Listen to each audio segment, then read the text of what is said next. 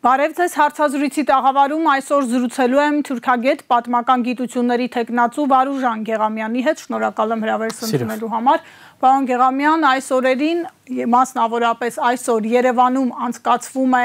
Երևանյան երկխոսություն համաժողովը, որի ընթացքում Հայաստանի իշխանությունները Հայաստան-Ադրբեջան հարաբերությունների հետ կապված կրկին լավատեսական կամ իրենց հույս տվող հայտարարություններ են արել։ Նիկոլ Փաշինյանը արդեն երկրորդ անգամ է պնդում, որ Ադրբեջանի հետ լինելու է խաղաղություն, չի լինելու պատերազմ։ Նա հայտարարել է, որ եթե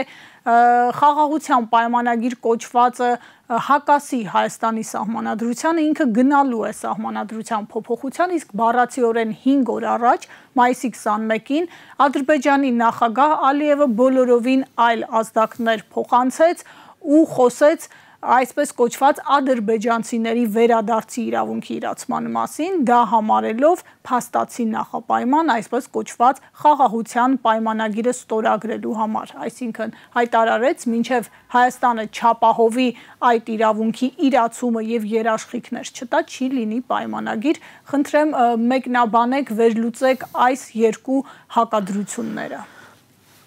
Ինչ որ իմաստով որևէ նոր բանի հետ գործ չունենք, այսինքն նոր բան չէ ասվածը, նոր բան չէ ասվածը նաև Բաքվից, այսինքն այն ինչ որ հնչում է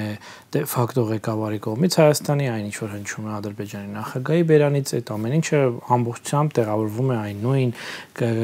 տրամաբանության մեջ, որը եւ ոնց որ այսպես ասած հիմնավորված է դեռ տարիներ առաջ սկսված Հայաստանի եւ Հայաստանի դեմ վարվող տոտալ պատերազմով։ Այսինքն ունենք այսպես 3 զուգահեռ իրականություն։ Իրականություն համար 1, որը գետնի վրա տեղի ունեցողն է եւ այդ գետնի վրա տեղի ունեցողում չկա ոչ մի խաղաղություն, այլ կա այս պահին շարունակող պատերազմ, որտեղ Հայաստանի տարածքների օկուպացիան արդեն իսկ փաստ եւ հանդիսանում է պատերազմի մաս։ Եվ այս փաստը արձանագրում են նաև դե ֆակտո իշխանությունները, ասելով, որ այո, Հայաստանի Հանրապետության միջազգային ճանաչված տարածքը գրաված է Ադրբեջանի զինված ուժերի կողմից։ Իհարկե մեղմացնելով քանակությունը այդ ծավալները նվաճման, բայց այնուամենայնիվ փաստում են։ Եվ սա ոչ այլ ինչ է, քան պատերազմական գործողություն։ Էլ չասեմ մնացած բոլոր կոմպոնենտները, սկսած մեր տասնյակ ռազմագերիներով եւ դեռ վերջինս հանդեպ իրականացվող կտանքներով ավարտած Բաքվից տարաբնույթ ձևաչափերում եւ ամենաբարձր այսպես մակարդակում հնչող հակահայկական խոսույթը։ Այսինքն այս բոլորը ոչ այլ ինչ են, քան Հայաստանի դեմ վարվող պատերազմի հիբրիդային պատերազմ։ Հիբրիդային կլինի, դրա անունը կլինի նոր սերնդի պատերազմ, դրա անունը կլինի ցանկացած, նույնիսկ կարող ենք դրա անունը պատերազմ չդնել, բայց դրանից բովանդակությունը չի փոխվում։ Մենք ունենք Հայաստանի Հանրապետության հարևանությամբ գտնվող մի երկիր, որը ուղիղ եւ անուղղակի հայտարարում է, որ Հայաստանի Հանրապետության հետ չի գնալու խաղաղության եւ երկխոսության եւ կայունության կամ որևէ այլ բանի կամ այլ բառով ասած չի պատասխանում Հայաստանի հետ բարի դրացիական հարաբերություններին։ Գեղամյան, այս հայտարարությունը, որը ես մեջբերեցի Ալիևի կողմից արված, իհարկե նոր չէ, բայց կարծես որպես նախապայման, որպես այսպես կոչված պայմանագիր լինել չլինելու հետ կապված ինչ որ հանգամանք, կարծես նոր է հնչում Բաքվի կողմից։ Գուցե մեզ լսողներին անիրատեսական թվա այն, ինչ հիմա մենք կխոսենք, գուցե մեզ լսողները համարեն ֆանտաստիկայի ժանրից, որ մի քանի 100,000 ադրբեջանցիներ կարող են գալ եւ ուղակի Հայաստանը ներսից օկուպացնել, բայց հասկանանք ադրբեջանցիների վերադարձ ասելով, ինչ է ուզում Բաքուն Երևանից։ Քանի որ արդեն արձանագրեցինք, որ Ադրբեջանում չկա խաղաղության օրակարգ եւ հակառակը կա մեծ իմաստով այսպես ռազմավարական ծրագիր, որը ենթադրում է հայկական պետության կամ ամբողջական չեզոքացում եւ այսինքն վերացում կամ այնքան թույլատում, որ որպես այդպեսին հայկական պետությունը իրենից չներկայացնի անկախ քաղաքական գործոն, հա։ Հիմա քանի որ սա է նպատակը եւ սրա մասին ուղղել հայտարարում են, օրինակ երբեմն Ալիևը ասում է, չէ, հայերը արժանի չեն պետություն ունենալու եւ հետեւաբար ուրեմն պետք է իրենց պետք չի պետություն ունենալ։ Եվ իմիջիայլոց դրա այդ նույն խոսույթը մի քիչ այսպես փոխակերպված, բայց շատ հաճախ վերջերս հնչում է դե ֆակտո ղեկավարի կողմից, որ մենք չգիտենք ինչա պետությունը, մենք դե սովորենք ինչա պետություն եւ այլն։ Այո, իսկապես իրենք չգիտեն ինչա պետություն, բայց մենք հայ ժողովուրդը շատ լավ գիտի, որտեղ այս տաղատչանում հայկական հայերի ձատ պետականության այդքան երկար ավանդույթ, այդքան հին ավանդույթ հավանաբար ունեն մեկ էլ իրանցիներ այլ եւ ոչ այլ ոք, հա։ Այնպես որ այս իմաստով եւս այսպես խոսույթի կրկնող կրկնություն, քարոզչության կրկնություն կա նաև դե ֆակտո իշխանության բերանում։ Հիմա, քանի որ նպատակը, ինչպես ասի, հայկական պետության վերացումն է, ապա դրա շրջանակներում արդյունավետ են գրեթե բոլոր միջոցները, որը պաշտոնական Բաքուն, շատ դեպքերում Բաքուն եւ պաշտոնական Անկարան, այսինքն Ադրբեջանը եւ Թուրքիան միասին օգտագործում են հայության եւ հայկական պետականության դեմ։ Այդ դա դրսևորվում է ամենայսպես ցայտուն կերպով ռազմական գործողությունների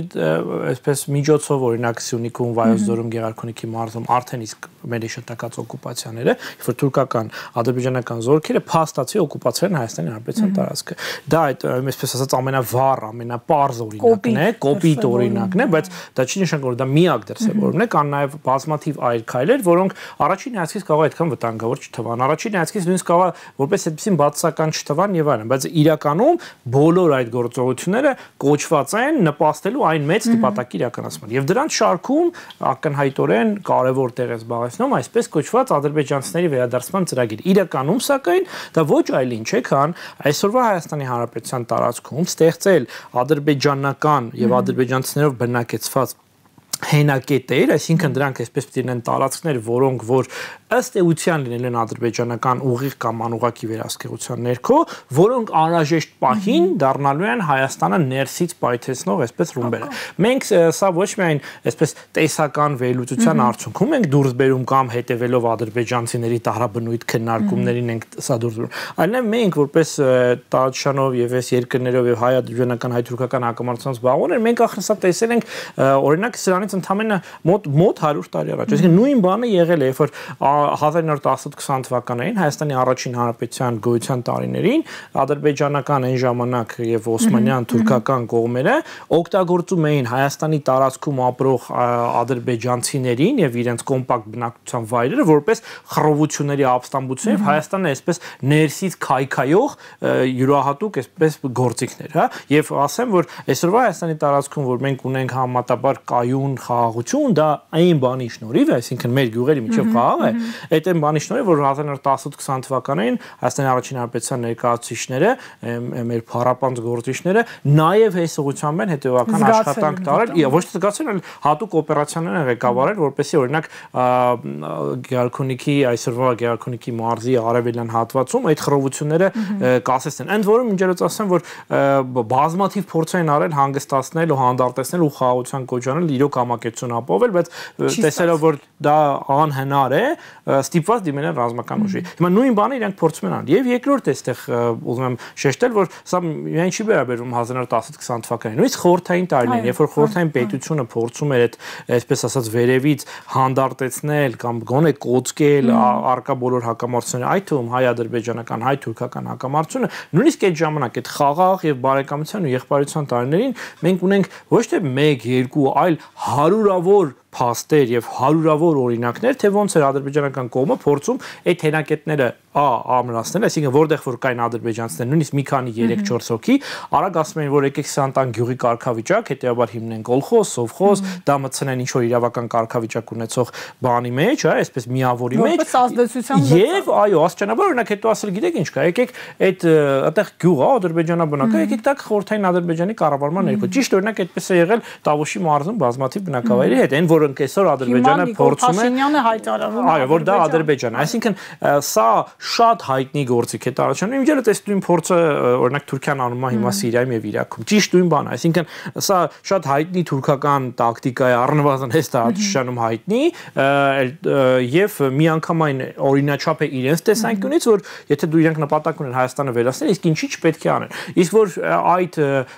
աստիճանաբար ասենք այդ եթե իրենք աստված մի ասի հասան դրան, որ այստեղ ինչ որ տենց փոքր բնակավայրեր ստեղծվեն ադրբեջանական, որ իրենք դրանք շատ արագ նաեւ նույն այս հետևականությամբ ու ճնշումով պահանջել են, որ վերջիններս ունենան հատուկ կարգավիճակ, հետո մշակութային ինքնորոշում, այո, հետո ասել են, որ պետք է երրորդ կողմ ապահովի այդ տարածքների անվտանգությունը, հետեւաբար ասենք Թուրքիան կամ Ադրբեջանը, հետո ասել են իրենք պիտի պարլամենտում տեղ ունենան եւ այլն, եւ դա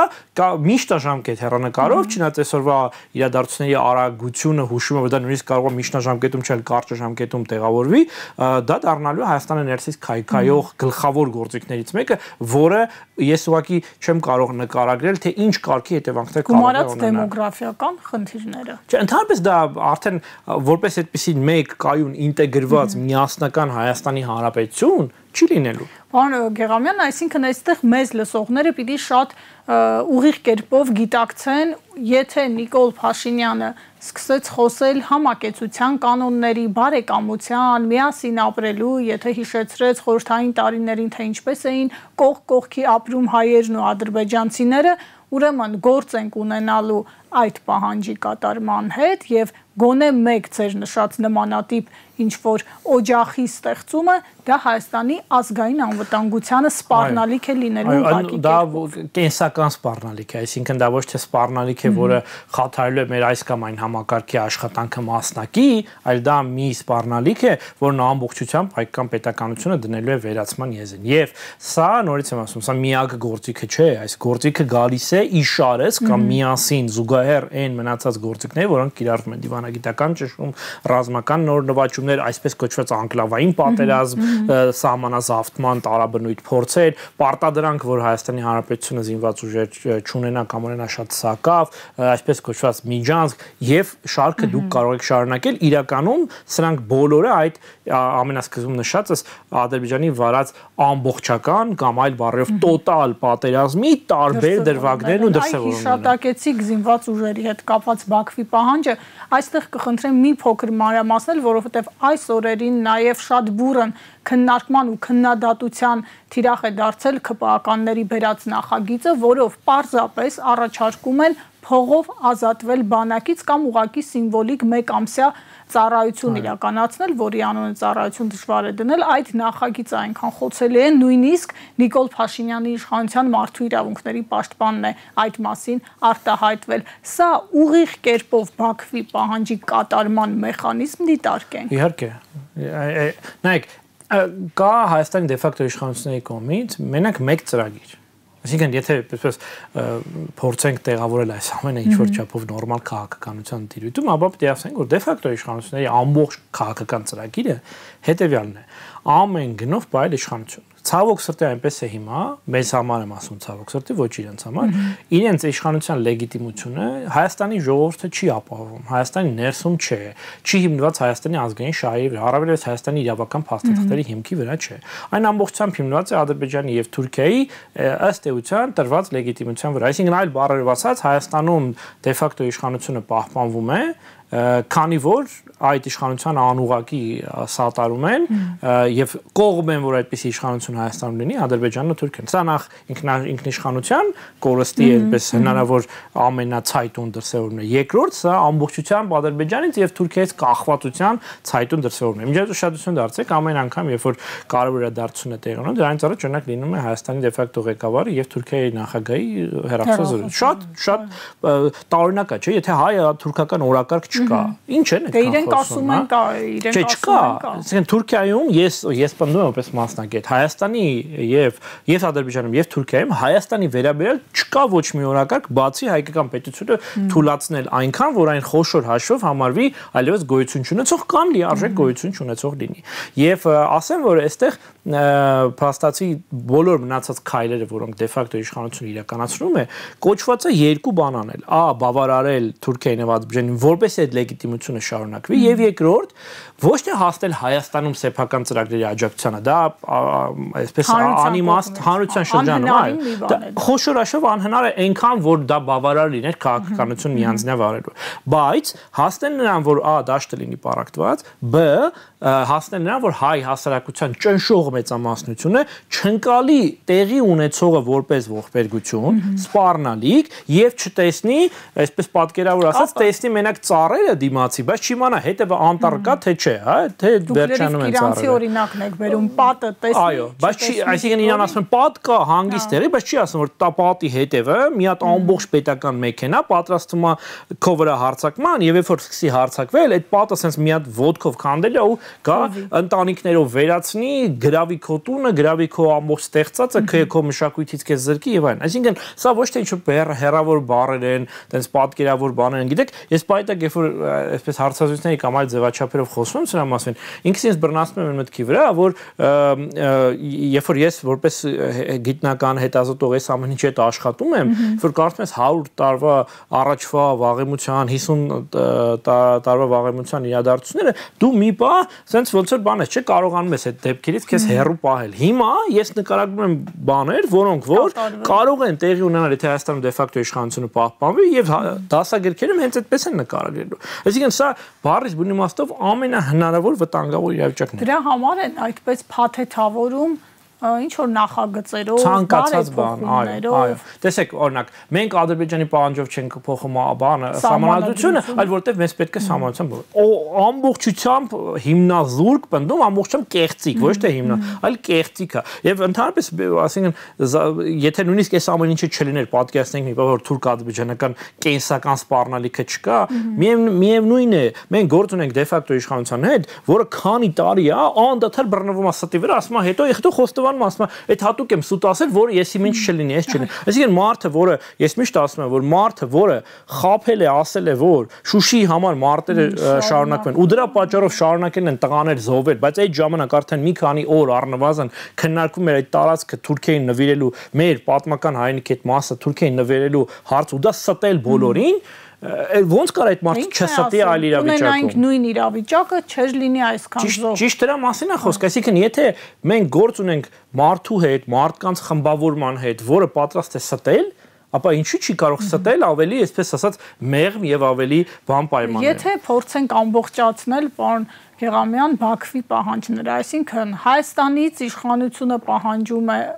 Ալիևի իշխանությունը դեմիլիտարիզացիա, դենացիֆիկացիա եւ ստացվում է թե կորցնել ուղակի պետության սուբյեկտայնության հետ կապված բոլոր ատրիբուտները, արդեն խոսել են նաեւ մեր զինանշանի փոփոխության մասին, այդ պահանջն է հնչել, որը նախկինում թվում էր թե չկա, էլի եթե հետ դառնանք կտեսնենք այդ քննարկումները նույն իշխանության ներկայացուցիչները տարիներ առաջ էին տանում, Ալեն Սիմոնյանն էր այդ մասին խոսում, այսինքն մենք կապերը նույնիսկ եթե չցանկանանք, դրանք այնքան ցայտուն են, որ չտեսնել հնարավոր չէ։ Եթե փորձենք այսպես ռազմավարական մակարդակով նկարագրել, թե ինչ է տեղի ունենում հիմա եւ առաջիկա ամիսներին առնվազն, ապա կարող ենք այսպես բանաձևել։ Նայեք, Ադրբեջանը եւ Թուրքիան շարունակում են հետապնդել, ինչպես արդեն ասենք, նույն ծրագիրը՝ հայկական պետականությունը թուլացնել կամ վերացնել։ Քանի որ այս պահին դա ռազմական ճանապարհով անելը հնարավոր չէ, ընդ որում ոչ թե այն պատճառով, որ իրանք գիտեն, որ Հայաստանի դե ֆակտո իշխանությունը դիմադրություն կազմակերպի, ոչ, իրանք շատ լավ գիտեն, որ չէ, այլ որովհետև առնվազն կա Հայաստանի վրա պայմանական, ասենք, այդպես կոչենք, հա, իրանական եւ ռուսական հովանոցները անվտանգային իրենցից շահերից ելնելով եւ ուրեմն այդ հովանոցների առկայությունը նշանակում է, որ այս տարածաշրջանում այս պահին մեծ փոփոխությունը կարող է դառնալ շատ ավելի մեծ աշխարհական բախման պատճառ, եւ այլ բառերով, քանի դեռ Թուրքիան եւ Ադրբեջանը վստահ չեն, որ կարող են Հայաստանի վրա ռազմական հարձակման միջոցով լուծել իրենց առջև դրված նպատակը եւ դա չի բերի այլ մեծ հետևանքների, իրենք սահմանափակվում են համեմատաբար այսպես նեղ օրակարգով կամ համեմատաբար սահմանափակ օրակարգով, որ էլի ինջերս պատմական բազմաթիվ անալոգիաներ ունի եւ անում են հետեւյալը. շատ լավ, մենք հիմա չենք կարող Հայաստանը ռազմական ճանապարհով վաճառենք, Սյունիքում չենք կարող այդ միջանցքը բացենք, այսինքն ճանապարհը բացենք։ Ինչ ենք անում։ Քանի կա այդ աշխարհական կոնսենսուսը, մենք այդտեղ չենք մտնում, բայց փոխարենը, քանի ունենք հնարավորություն դե ֆակտո իշխանության միջոցով իր վրա ճնշում գործադրելով թույլատրել հայկական պետականության հնարավոր բոլոր ինստիտուտները, որոնք կարող են դիմադրություն ապահովել այս կամ այն իրավիճակում,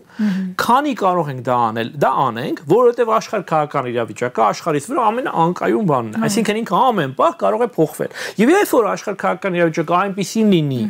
որ Հայաստանի վրա ռազմական հարձակում կամ ռազմական ճանապարհով դրա գրավումը կամ դրա մի հատվածի գրավումը, օրինակ Սյունիք Վայոց-Ձորի գրավումը լինի մարսելի, այսինքն հնարավոր լինի իրականացնել նվազագույն կորուստներով եւ առավելագույն ձեռքբերումներով, այդ պարագայում արդեն երբ որ իրենք հարցակվեն։ Իրենց արդեն նախորդի վարված այս գործը հայկականիստների թույլատվությունը օգնելու է, որպեսզի իրենք դա շատ ավելի արագ անեն։ Եվ սա է պատճառը, որ մենք տեսնում ենք շատ հստակ հետևողական աշխատանք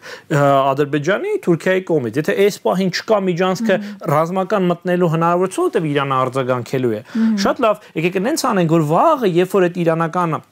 գործոնը եթե այն չլինի նաև հայկական գործոն, հայկական բանակ չլինի,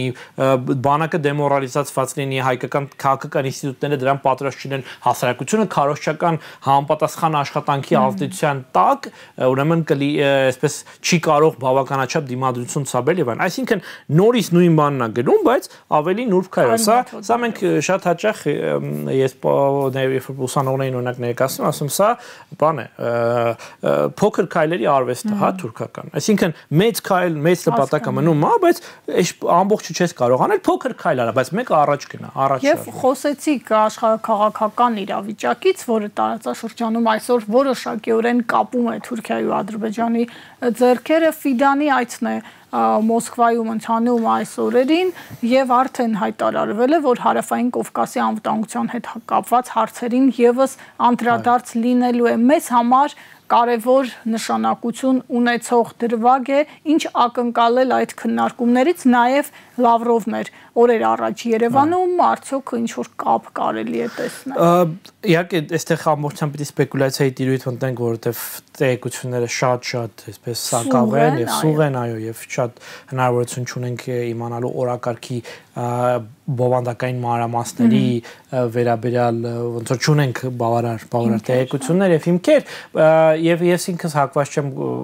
մտածել, որ այս հանդիպումը բացառիկ է Ֆիդանի եւ Լավրովի միջեւ, որովհետեւ իրենք հաշվի առնելով տարաբնույթ հարցեր եւ լայն սպեկտրը, իրենք հանդիպում են լայն սպեկտրը, իրենք հանդիպում են առնվազն ամիսը 1 կամ հեռախոսազրույցն ունում, առնվազն վերջի կես տարում հենց այդպեսին է եղել իրավիճակը եւ այնտեղ մշտապես էլ քննարկում է Հարավային Կովկասը, որովհետեւ գործ ունենք երկու խոշոր տարածաշրջանային առնվազն տերությունների հետ, որոնք տարաբնույթ հատվածներում, տարաբնույթ հարցերով իրար հետ փոխկապված են, իրար հետ փոխգործակցում են եւ իրար հետ հակազդում են ու հակամարտում են, հետեւաբար չի կարող ասենք, օրինակ ինչ որ բան փոխվի Ուկրաինայում եւ դա չանդրադառնա Հարավային Կովկասի վրա եւ հակառակը, հա, կամ Սիրիայում եւ այլն։ Այնպես որ այս իմաստով առանձնահատուկ ես գոնե բան չեմ տեսնում, ուրիշ հարց, որ առնվազն իմ կարծիքով կա, սա իմ դիտարկումների արդյունքն է, կա որոշակի հարաբերությունների չասեմ վատացում, բայց կա որոշակի սառեցում Թուրքիայի եւ Ռուսաստանի միջեւ, դա պայմանավորված է շատ օրինաչափ այսպես արձագանքով ռուսական կողմի, որ վերջապես այսպես եղել է կամ լինում է, այն է Թուրքիայի շատ ակտիվացում եւ ներթափանցում Հարավային Կովկասում, Սիրիայում, ուկրաինական հարցում որոշ այսպես նախկինում թույլատրելի կարմիր գծերի անցում, ել չասեմ, որ նաև Ռուսաստանի ներսում որոշակի այն ինչ որ ռուսերենում ասում են подрывная деятельность, այսինքն անջատողական կամ լոբիստական խմբերը ոչ միայն լոբիստական, այսինքն այնտեղ կա նաև հստակ քարոզչական աշխատանք հասարակության տարբեր շերտեր, խոսքը հիմնականում թուրքախոս մուսուլման բնակչության շրջանում տարվող քարոզչական աշխատանքի մասն է եւ այլն, օրինակ վերջերս համատաբար վերջերս Ռուսաստանի դումայի պատգամներից մեկը օրինակ առաջարկ էր ուղարկել Ռոսկոմնadzor, որպեսզի այնտեղ արկել էին թուրքական հայտնի մերձիշխանական քարոզչաթերթ Yeni Shafak-ի ռուսերեն տարբերակի գործունեությունը կասեցվի Ռուսաստանի տարածքում, որտեվ ես ինքս մարդ, որը անդադար հետևում է եւ թուրքերեն եւ ռուսերեն տարբերակներին ամենուր ռեժիմով, ես տեսնում որ ռուսերեն տարբերակը ակնհայտ հակառուսական քարոզ է, հա, եւ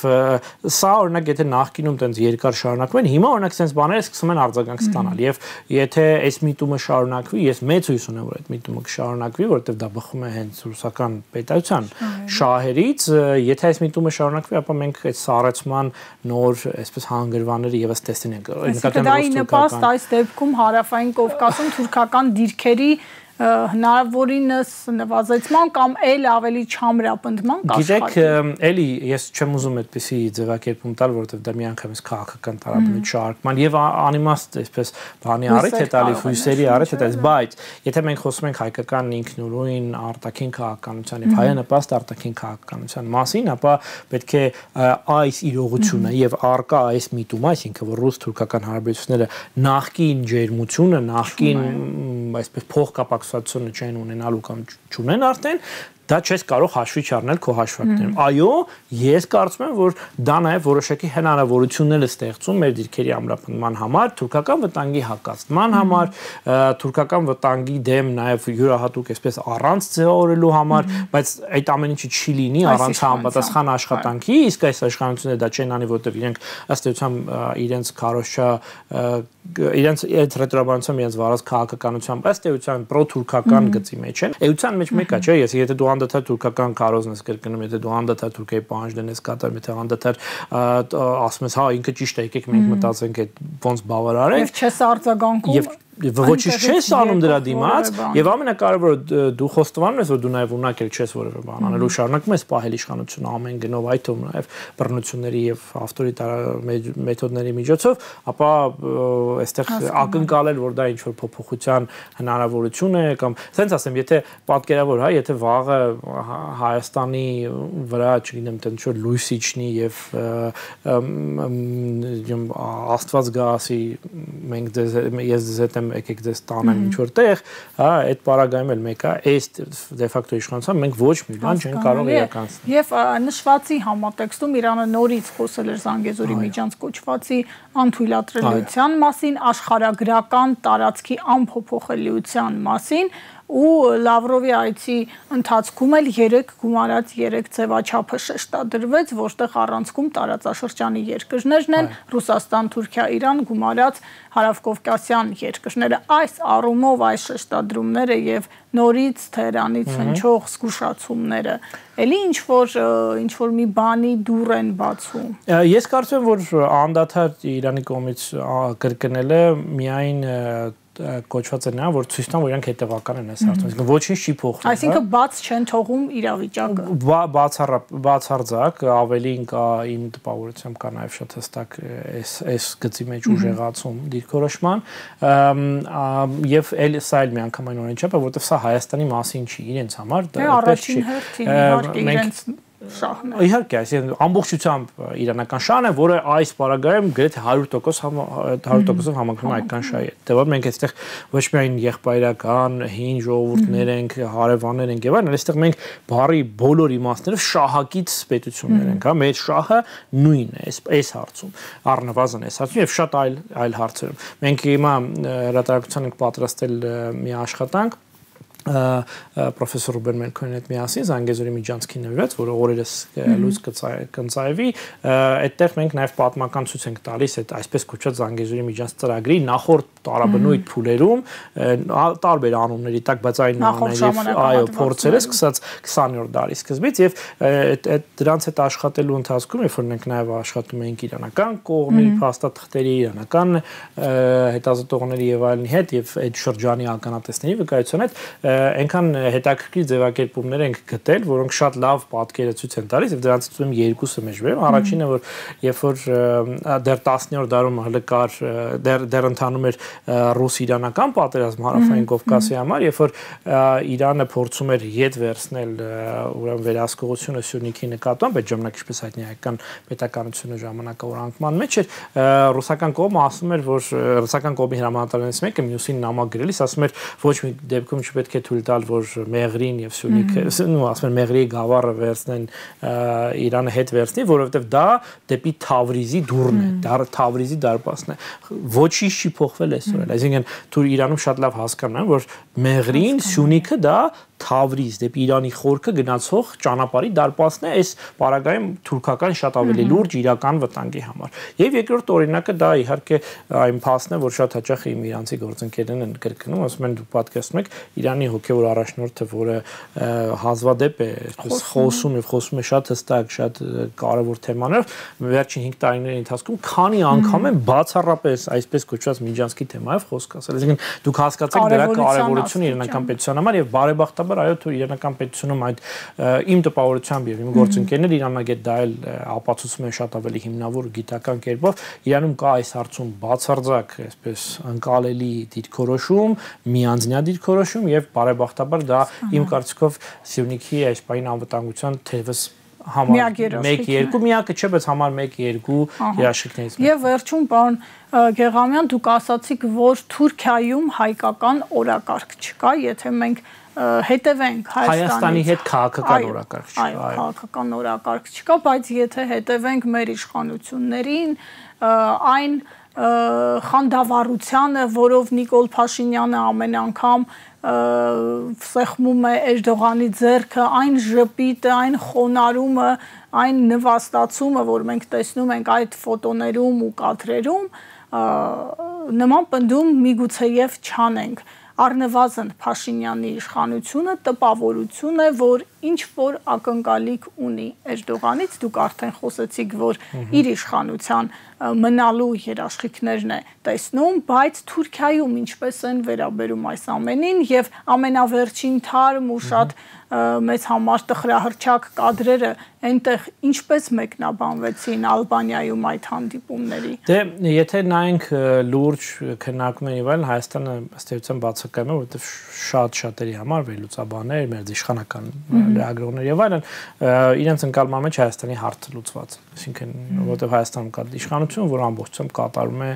թուրքական կողմի պահանջները, այս ոչի հրապարակումներ, խոսքեր, ելույթներ, հոդվածներ, սյունակներ անդադար կան, նրանք իմաստ չունի հիշատակել առանձին։ Հետաբար նաև այնտեղ որպես այդպեսին չեն ընկալում, որ այդտեղ ինչ որ հարցեր կան լուծելու։ Ավելի կարևորը թե երբ այդ ամեն ինչ տեղի կունենա, օրինակ անդադար քննարկում են, երբ կբացվի այսպես կոչված միջանցքը եւ այլն, այսինքն իրենք դա համարում են եղած հարց, մենակ ժամկետների տեխնիկական քննարկում։ Մեկ, երկրորդը որ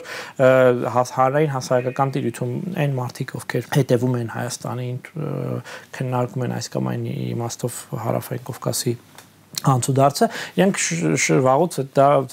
ժողովրդական բանի տեսքով կաղապարների տեսքով, ժողովրդական բնութագրումների տեսքով արդեն ձևակերպել են իրենց այդ ընկալումը հետևյալն է, բառացի եթե թարգմանեմ, ասում են բանի, ոնց որ եթե Թուրքիայից թարգմանեմ, ասում են Էրմենիստանի մեր նահանգապետը, այսինքն ոնց որ թուրքացած Հայաստանի մեր նահանգապետը նկատի ունենալով Հայաստանի դե ֆակտո իշխանություններին, սա ամենատարածված բաներից մեկն է, օրինակ թուրքական Twitter-ում, Facebook-ում եւ այլն, այսինքն արդեն իսկ հա, ինձ որպես հետազոտող արդեն այդքանը բավարար է, որովհետեւ դա ցույց է տալիս մոտապես հանրային ընկալումները, չեմ ասում